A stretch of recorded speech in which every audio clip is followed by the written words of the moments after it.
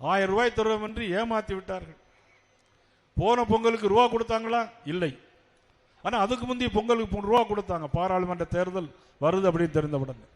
ஆனால் இப்பொழுது வருவதற்கு இப்பொழுது அரசாங்கத்தில் கஜானாவில் பணம் இல்லை. அதனால் இப்பொழுது திண்டாடி கொண்டிருக்கிறாள், என்ன செய்வது? பணம் கிடையாது. ஆனால் அப்படி 5000 10,000 கொடுக்கலாம் என்று சொன்னால் அதற்கும் வழி இல்லாமல் இருந்து கொண்டிருக்கிறார்கள். எல்லா திமுக சட்டமன்ற உறுப்பினர்கள் தொகுதியிலும் இப்பொழுது 30 கோடி 40 கோடி அங்கே பதுக்கி வைக்கப்பட்டிருக்கிறது. ஓட்டுக்கு ரூபா கொடுப்பதற்காக பதுக்கி வைக்கப்பட்டிருக்கிறது. இவ்வளவுதான். செந்தில் பாலாஜி உங்களுக்கு தெரியும், கரூரில் நடந்த சம்பவம். தமிழக வெற்றி கழகத்துடைய தலைவர் கரூரிலே 12 மணிக்கு வாரன்னு சொல்லிட்டு ராத்திரி 7 மணிக்கு வந்தார். அது அவருடைய குற்றம்தான். அதில் ஒன்று, அவர் காலதாமதம் வந்ததுக்கு அதுவும் ஒரு காரணம். 41 இறந்து போனவருக்கு அதுவும் ஒரு காரணம்.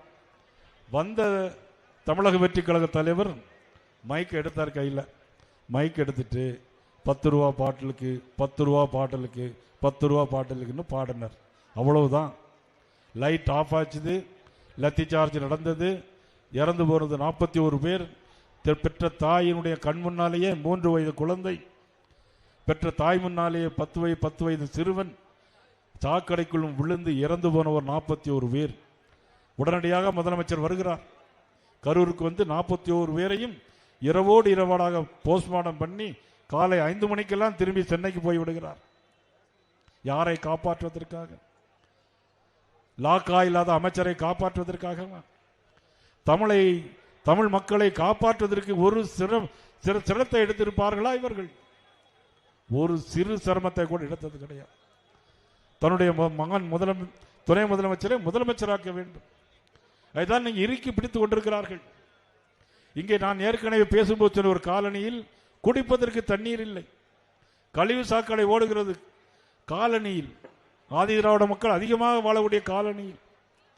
ஆனால் கூட்டணியில் கூடவே இருக்கிற திருமாவளவன் ஏதாவது இதை பற்றி பேசுகிறாரா என்று சொன்னால் ஒன்றுமே பேச.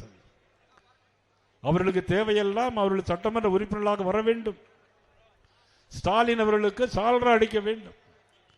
அவருடைய கூட்டணியை பத்திரமாக பாதுகாத்து வைத்துக் கொள்ள வேண்டும். அதற்காக ஒரு ஆட்சி, அதற்காக மக்களை ஏமாற்றுவது, இப்படி ஒரு ஆட்சி நடைபெறுகின்ற அவலம் தமிழகத்தில் மட்டும்தான்.